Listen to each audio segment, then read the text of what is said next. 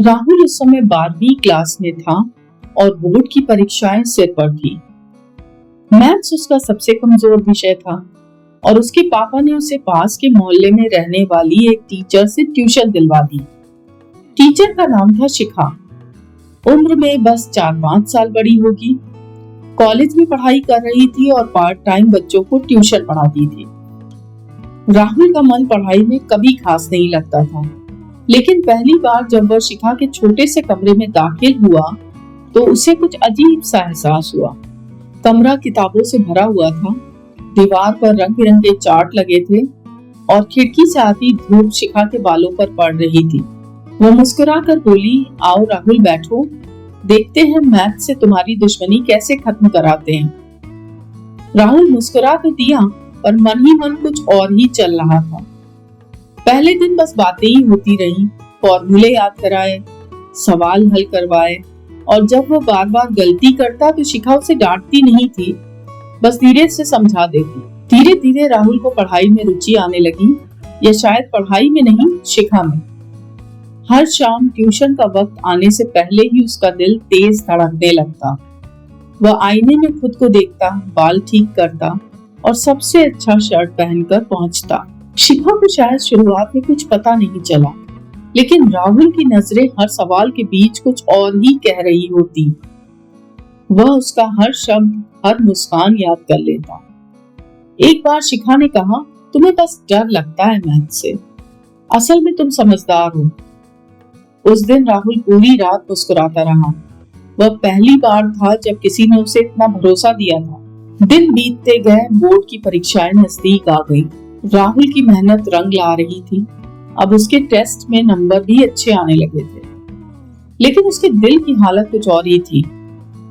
उसे अब डर लगने लगा था कि बोर्ड खत्म होते ही ट्यूशन भी खत्म हो जाएगी और वह शिखा से फिर कभी नहीं मिल पाएगा। एक शाम पढ़ाई खत्म होने के बाद जब बाकी बच्चे चले गए तो राहुल ने हिम्मत जुटाकर कहा, दीदी आप जब हंसती है ना तो लगता है सब ठीक हो जाएगा। शिखा ने उसकी आंखों में देखा, फिर हल्की हंसी हंस दी। अच्छा, पढ़ाई भी ठीक हो जाएगी अगर तुम ऐसे ही लगे रहो।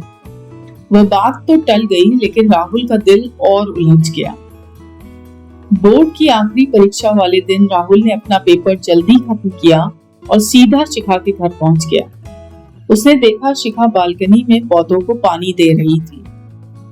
उसे देखकर बोली, पेपर कैसा गया? राहुल ने कहा, बहुत अच्छा, आपके बिना शायद नहीं हो पाता। शिखा मुस्कुरा दी, अब तो ट्यूशन भी खत्म हो गई, अब आगे कॉलेज की तैयारी करना। राहुल का दिल टूट गया, वो वहीं खड़ा रहा। शिखा ने नोटिस किया, क्या हुआ, कुछ कहना है क्या? राहुल कुछ देर चुप रहा, फिर धीरे से बोला, मैं आपको पसंद करने लगा। कमरा एकदम शांत हो गया। शिखा कुछ पल उसे देखती रही, फिर पास आकर बोली, राहुल ये जो तुम्हारा एहसास है ना, ये बहुत मासूम है, लेकिन ये प्यार नहीं, बस एक मोह है। तुम अभी बहुत छोटे हो, तुम्हें दुनिया देखनी है, खुद को बनाना है, और मैं तुम्हारे लिए एक लक्ष्य बन गई हूँ क्योंकि तुम्हें किसी ने पहली बार इतना भरोसा दिया है।